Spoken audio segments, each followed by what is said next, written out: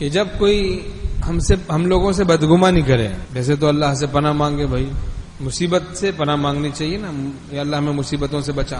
مصیبت آ جائے تو نعمت سمجھے اس کو۔ تو جب کوئی ہم لوگوں سے بدگمانی کرے یا ہم لوگوں کے بارے میں بد زبانی کرے یا ہم لوگوں کی غیبت کرے اور ہمیں پتہ چلے کہ بھائی فلاں آدمی آپ کی اس طرح غیبت کر رہا تھا، اس طرح سے بدگمانی کر رہا تھا، بد زبانی کر رہا تھا، تو ہم لوگوں کو جب پتہ چلے تو فوراً ہم لوگ بھی اس کی غیبتوں میں مبتلا نہ ہوں، اس سے بدگمان نہ ہو جائیں اور بد زبانی میں اس کے بارے میں مبتلا نہ ہوں اور فوراً غصے میں نہ آ جائیں، اول فول بکنا نہ شروع کر دیں، اس سے عداوت نہ رکھیں، اس کی عداوت میں مبتلا نہ ہو جائیں۔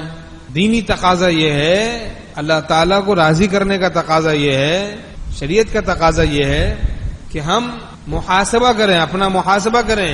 آیا ایسا تو نہیں کہیں واقعی یہ بیماری میرے اندر ہو جس کا فلاں آدمی ذکر کر رہا ہے، وہ کہتا ہے بھائی ان میں سختی بہت ہے، یا وہ کہتا ہے کہ ان میں غفلت بہت ہے، یا وہ کہتا ہے کہ ان میں غیبت کا بہت مرض ہے۔ ہمیں پتہ چلے تو ہم لوگ فوراً اپنا محاسبہ کریں، جائزہ لیں کہ واقعی حقیقت میں ایسا تو نہیں کہیں ہے، تو فوراً اس گناہ سے توبہ کریں، اگر نہیں تو اس کو دعا دیں، چونکہ برائی کا بدلہ بھلائی سے دینا سنت ہے۔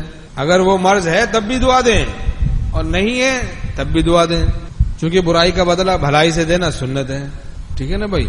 دیکھیں ہمارے بزرگوں کا یہ طریقہ ہے۔ حضرت گنگوئی رحمۃ اللہ اخیر عمر میں نابینا ہو گئے تھے، لیکن وہ اہل بدعت جو ان کے خلاف رسالے میں باتیں لکھا کرتے تھے، برا کہا کرتے تھے حضرت گنگوئی کو، تو خادم سے فرماتے وہ ہمیں سناؤ کیا لکھا ہے ان لوگوں نے۔ اس کو سنتے تھے اپنی اصلاح کے لیے کہ اگر واقعی یہ مرض میرے اندر موجود ہے تو میں اس کی اصلاح کر لوں، ایسا نہ ہو کہیں میں اسی مرض کے ساتھ مر کے جہنم میں جاؤں، تو دنیا ہی میں توبہ کر لوں تاکہ میں جنت مجھے نصیب ہو، اللہ کی رضا مجھے نصیب ہو، ان کا دیدار مجھے نصیب ہو۔